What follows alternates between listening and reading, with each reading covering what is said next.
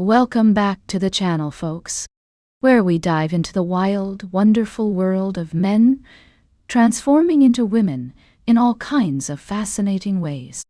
If that's your vibe, don't forget to smash that subscribe button and give this video a thumbs up. Now let's jump right into today's story. Chuck Brewster prided himself on being a simple man. His hobbies included bowling, barbecue, and a suspiciously competitive fantasy football league that had once ended with his buddy Mike sleeping in his car for 3 days after a particularly controversial trade. At 34, Chuck had cultivated the perfect beer gut, not too flabby, not too firm, the result of dedicated weekend wings and precisely timed couch sessions. The closest he'd come to anything magical was that one time he'd found a sock in his laundry that didn't belong to him, and even that had given him the heebie-jeebies for weeks. He'd kept it in a Ziploc bag labeled evidence in his kitchen drawer, just in case. "Come on, man," Ed had pestered him all week. "This fair only comes once a year. They've got weird taxidermy and stuff that'll blow your mind." "My mind's fine unblown, thanks," Chuck had protested, sinking deeper into his recliner. "Besides, Saturdays are for watching people with actual athletic ability do sports things." Ed had rolled his eyes. "They have food trucks, beer tents, women who are into weird stuff." That last part had caught Chuck's attention. Since his divorce 3 years ago, Angela had called him aggressively average in the papers. His love life had been as exciting as unsalted crackers. "Fine," he'd grumbled, "but you're buying the first round."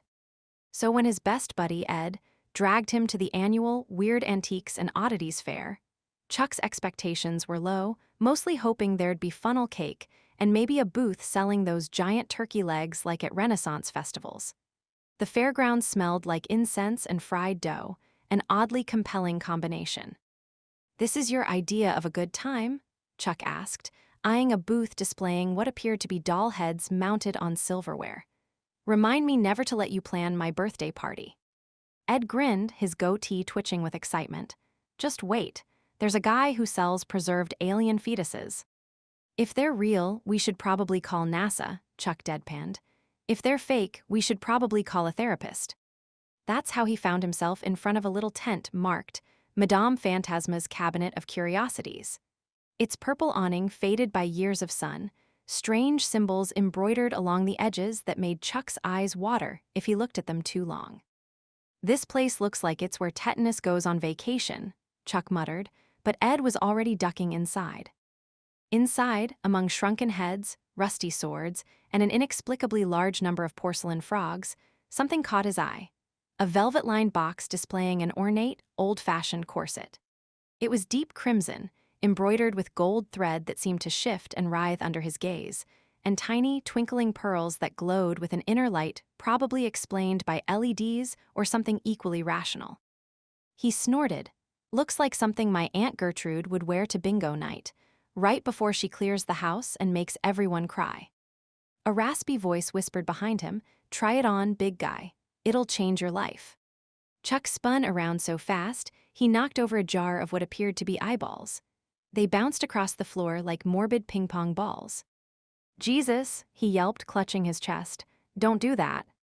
Madame Phantasma herself, tiny, wrinkled, wearing more scarves than a magician's hat had rabbits, gave Chuck a toothy grin that revealed teeth filed to sharp points. Her eyes were 2 different colors, one amber, one a milky blue, and they seemed to look not at him but through him, like he was a particularly interesting window. "Sorry about the," Chuck gestured at the scattered eyeballs. "Are those real?" "Real enough," she cackled, not bothering to pick them up. "You like my corset, handsome? Special piece. Very old, very powerful." "Powerful? It's underwear," Chuck said, forcing a laugh. "Unless it shoots lasers or makes the wearer invisible, I don't see how fabric can be powerful." Ed appeared from behind a stuffed 2-headed calf. "Dude, you should totally try it on, for Instagram." "I'm not putting women's underwear on my Instagram," Chuck protested. "My mom follows me." "Not underwear," Madame Phantasma corrected, her bony finger wagging. "Foundation garment, very different, meant to be seen, to transform." Chuck rolled his eyes. "I'm not sure it's my color," he joked, but Ed was already egging him on, pulling out his phone. $5 says you won't, Ed challenged. Make it 20, Chuck countered. Deal, Ed said too quickly, making Chuck immediately suspicious. Madame Phantasma's smile widened. Changing room and back, take your time, no rush. This is ridiculous, Chuck muttered, but $20 was $20. Plus, the old lady was so earnest in her weirdness, he almost felt bad disappointing her. He took the corset, surprised by its weight. The thing was heavy, like it was lined with metal instead of fabric. Behind the curtain, Chuck examined the garment more closely. The material felt strange under his fingers, not quite silk, not quite leather, but something in between that seemed to warm at his touch. The embroidery was impossibly intricate, depicting scenes he couldn't quite make out, but that seemed to shift when he wasn't looking directly at them. This better not have bedbugs, he called out, pulling off his world's okayest bowler t-shirt to reveal his decidedly average physique. Or lice, or ancient Egyptian curse beetles. Just put it on, you big baby, Ed called back. Chuck awkwardly positioned the corset around his torso. It was clearly designed for someone much smaller. There was no way this would fit. Yet as he held it against his body, the material seemed to expand, accommodating his size. Weird stretchy fabric, he muttered, probably some kind of spandex. He'd barely managed to fasten the last hook when the world spun. The air shimmered like heat rising from summer asphalt. Every hair on his body stood up as if saluting some invisible drill sergeant, and a sweet, herbal scent filled his nostrils. Ed, Chuck called, voice already higher than normal. I think this thing has some kind of drug on it, I'm feeling. And then the transformation began. First, the corset squeezed. Not just a gentle hug, but a cinch so tight Chuck's breath whooshed out of him in a sound more feminine than anything that had ever left his lips. His middle shrank inward, years of beer and barbecue compressing as if someone had hit slim mode on a Photoshop filter. His love handles vanished like ice cream on a hot sidewalk, replaced with an hourglass curve that felt, if he was honest, a little breezy. The sensation was both painful and oddly satisfying, like cracking every joint in his body at once. What the hell, he gasped, hands flying to his waist, which now seemed impossibly narrow. His fingers could almost circle it completely. ED. Next, his chest tingled, pins and needles erupting across his pectorals. He looked down in horror and fascination to see two, mounds swelling beneath the corset's fabric, straining against the boning. It was like watching dough rise, only a lot more personal. The sensation was bizarre, weight gathering on his chest where there had been none, skin stretching, nerves firing signals his brain had no framework to interpret. Oh, come on, he squeaked, voice cracking into a higher register as he fumbled with the laces. His hands had shrunk, fingers becoming slender and soft, nails lengthening into neat, pink ovals. Even as he watched, the hair on his knuckles disappeared like morning dew, leaving behind skin so smooth it looked airbrushed. This can't be happening, he whispered, but the evidence was mounting, literally, as his chest continued to develop into a pair of breasts that would make a plastic surgeon proud. They felt heavy yet perky, sensitive in ways that made him blush furiously when the corset's fabric brushed against them. I'm hallucinating. That old lady drugged me. This is a dream. This is.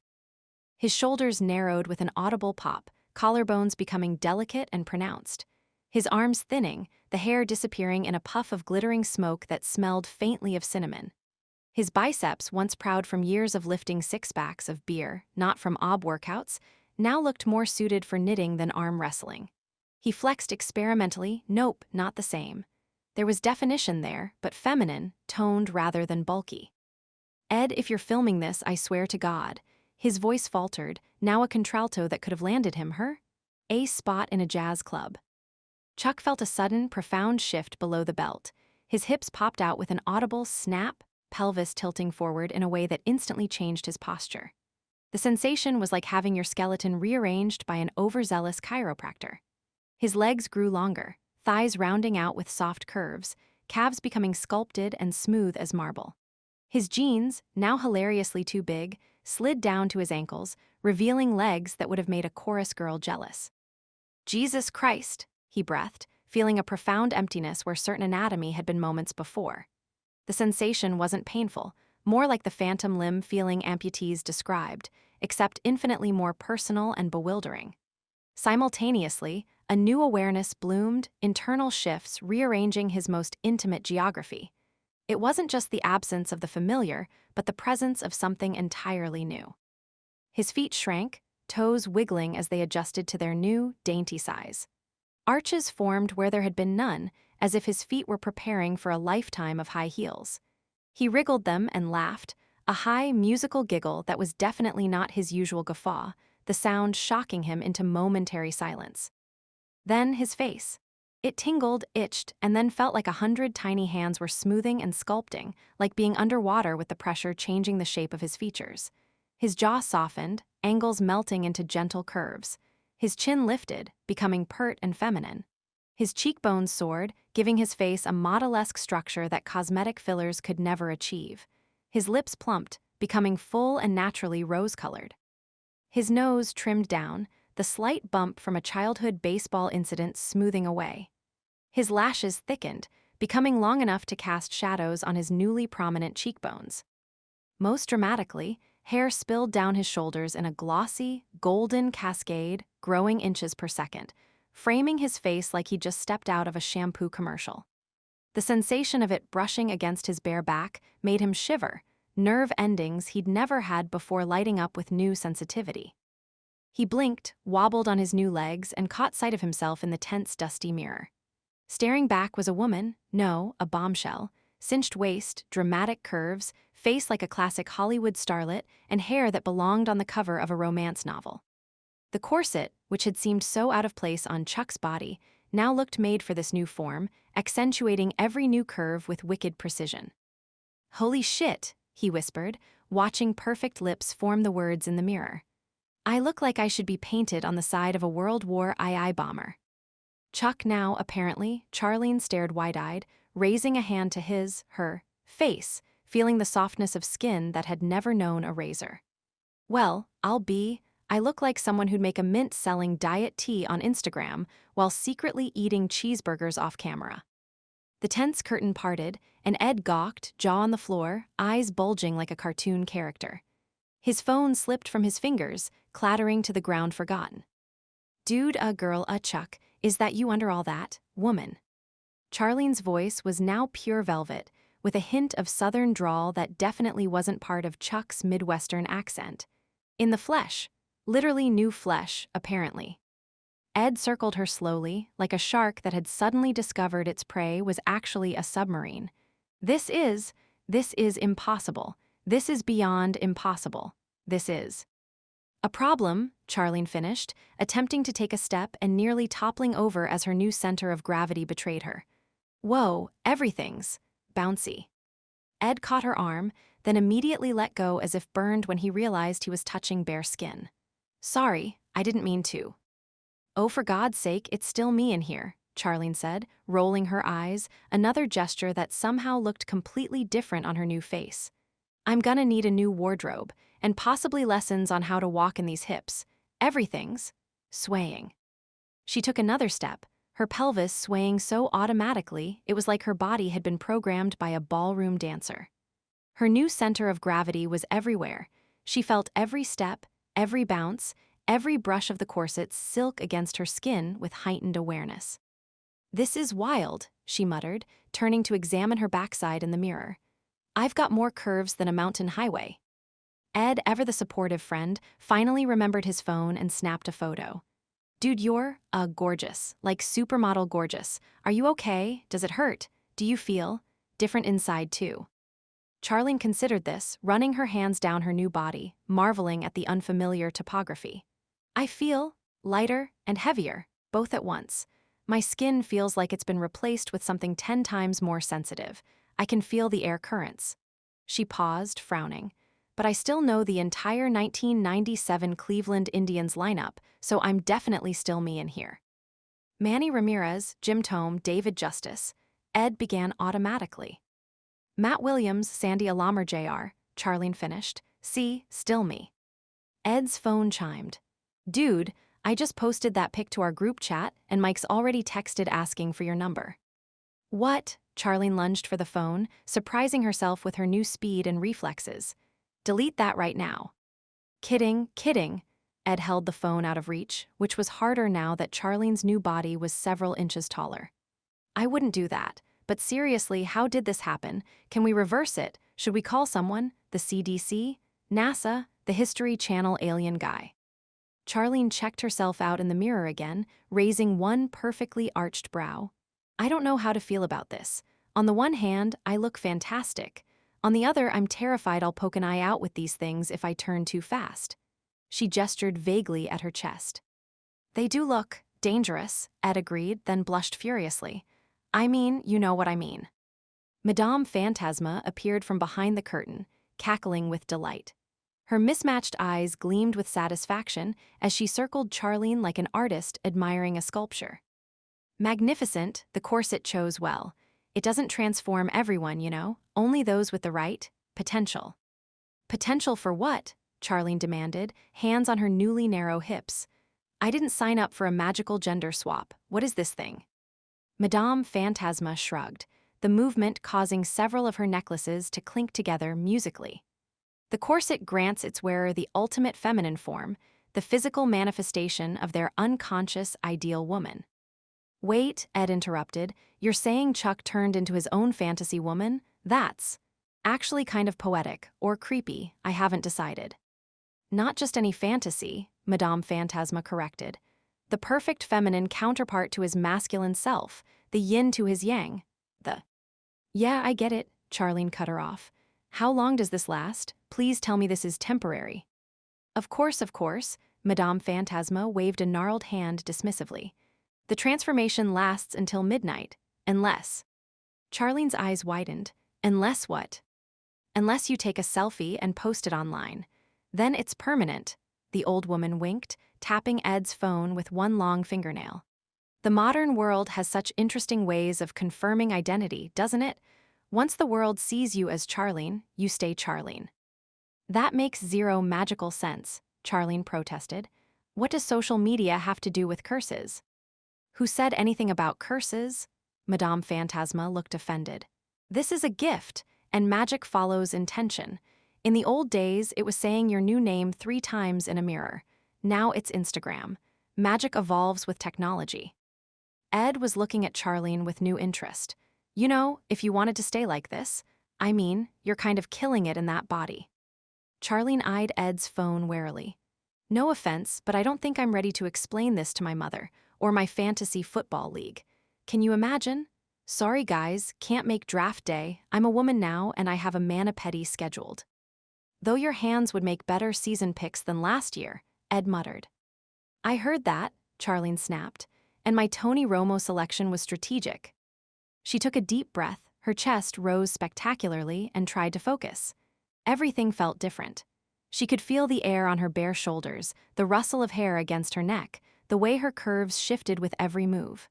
She felt light, buoyant, and oddly powerful, though in a completely different way than Chuck's solid masculinity.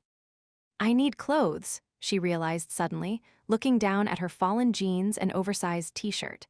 I can't walk around in just a corset. I might have something. Madame Phantasma disappeared behind another curtain and returned with a simple wrap dress in emerald green. On the house. Consider it a coming-out gift. I'm not coming out, Charlene grumbled, but took the dress gratefully. I'm temporarily visiting an alternate female timeline.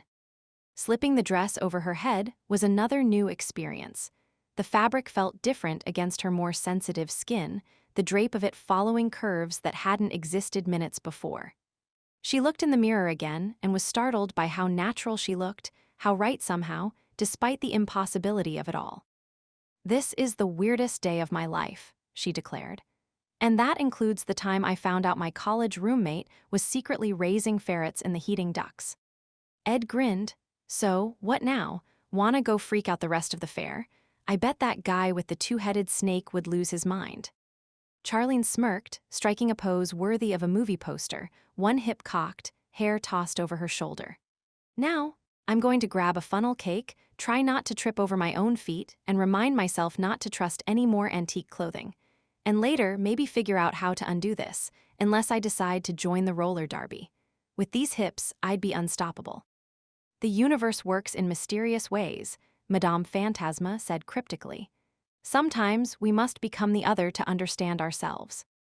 Save the fortune cookie wisdom, Charlene said, adjusting to the feel of walking in her new body. I just want to know if this dress has pockets. As she strutted out of the tent, summoning newfound confidence with each step, heads turned, jaws dropped, and somewhere in the distance, a car alarm went off. Because when your day starts as Chuck and ends as Charlene, anything is possible. You still owe me $20, she called back to Ed, who was scrambling to follow her. A bet's a bet, even across gender lines.